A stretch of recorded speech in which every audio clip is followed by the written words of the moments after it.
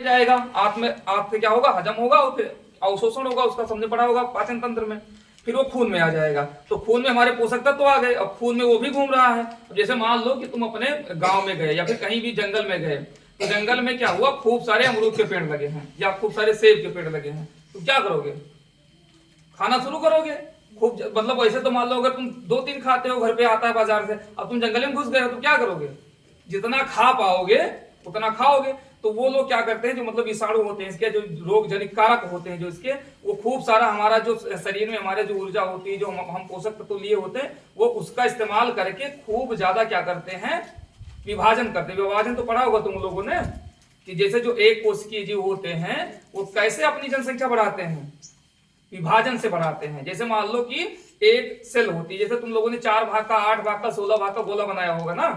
तो क्या होता है, जैसे एक गोला बनाते हैं, बीच से काट देते हैं, एक गोला बनाते हैं, फिर बीच से काट देते हैं, तो 4 भाग का हो जाता है। तो ऐसे ही जो इसका मलेरिया का या फिर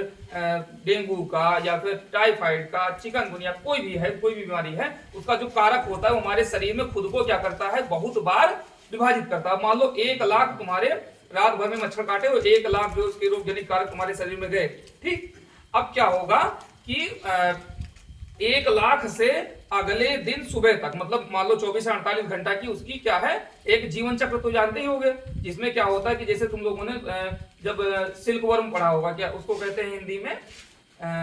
रेशम कीट। तो रेशम कीट अंडा देता है, फिर उससे क्या होता है, लार्वा बनता है, लार्वा से फिर रेशम का कीट बनता है, पत्ती खाता है, फिर अंडा देता है, फिर लार्वा बनता है, ऐसे तो एक जीवन चक्र पूरा होता है।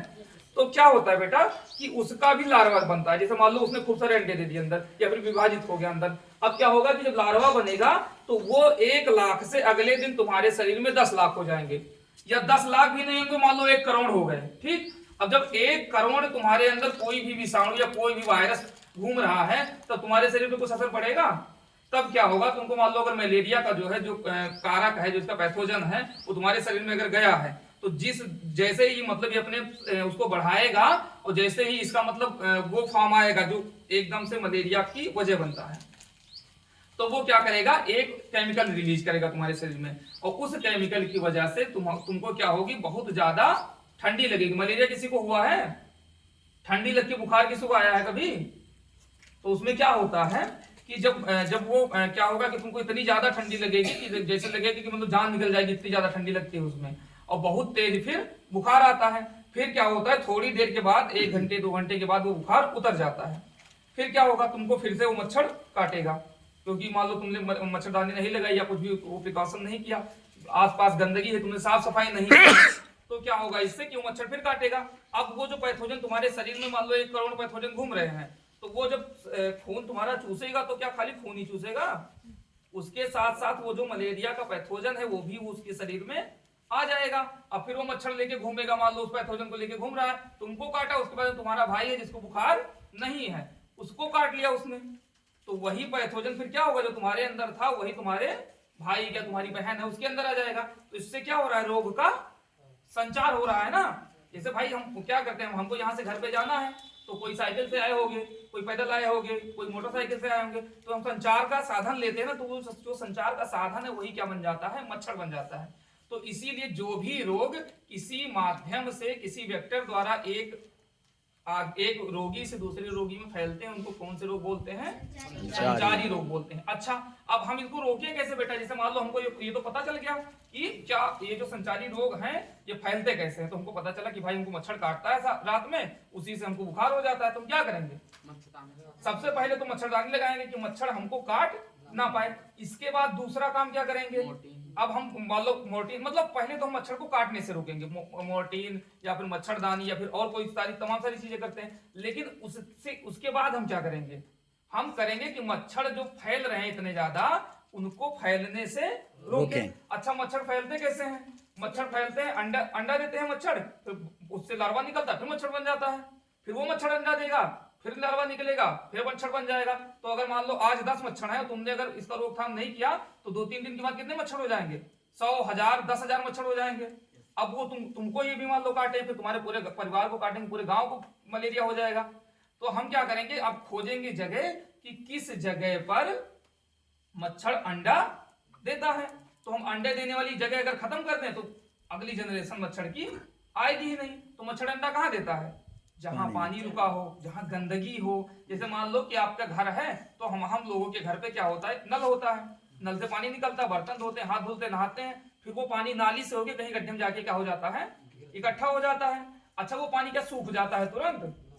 वो पानी भरा रहता है। अब उस पानी में क्या होता है, मच्छर जाता है, बैठता है और अंडा देता है। अब अगर हम उस पानी में कुछ ऐसा डाल दें कि जो अंडा दे मच्छर, उसमें जाके वो अंडा क्या हो जाए, मर जाए, तो हमारा काम हो जाए कि मतलब अगली जनरेशन मच्छर की आएगी नहीं, तो हमको संचारी रोग से बहुत बचाव हो जाएगा। तो हम बताओ, जैसे खेत में क्या होता है, धान लगा है इस वक्त, अब धान में क्या होगा कि जो एक कीड़ा लगता है, गांधी बोलते हैं हमारे यहाँ ना, तो उसको मारने के लिए क्या करेंगे, दवा छिड़केंगे उसमें, पूरे धान के खेत में। तो क्या वही दवा अगर हम ले जाके उस जो हमारी नाली जाके कहाँ कहीं गड्ढे में पानी रुक रहा है, उसमें अगर वही दवा छिड़क दे, तो क्या मच्छर का अंडा मर जाएगा उससे, या मच्छर का लार्वा मर जाएगा उससे? बिल्कुल मर जाएगा, क्योंकि भाई कीड़े मारने की दवा है ही है।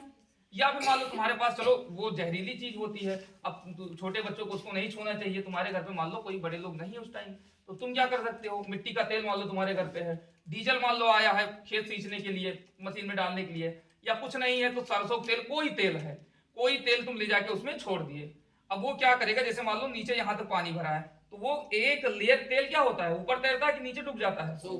ऊपर तैरता है। अब वो ऊपर एक लेयर बना देगा। अब वही उसी पानी पे क्या होगा, तुम्हारा लार्वा ऐसे जो है, वो समझ लो जैसे हमारी नाक होती है, तो ऐसे ऊपर नाक किए ऊपर तैर रहा होता है सांस लेने के लिए, और बिना सांस लिए कोई भी जिंदा नहीं रह सकता। अब वो मान लो इतनी सी उसकी नाक नहीं होती है, वो मतलब श्वसन अंग होता है, लेकिन आप नाक से समझो उसको, इतना निकला हुआ है, आपने ऊपर से तेल डाल दिया इतना ऊंचा, अब उसमें क्या हुआ, एक लेयर बन गई, तो क्या होगा, वो उसकी जो सांस श्वसन अंग है वो हवा में संपर्क में नहीं आएगा, तो जो लार्वा है या जो उसके अंडे हैं वो क्या हो जाएंगे, सांस नहीं ले पाएंगे तो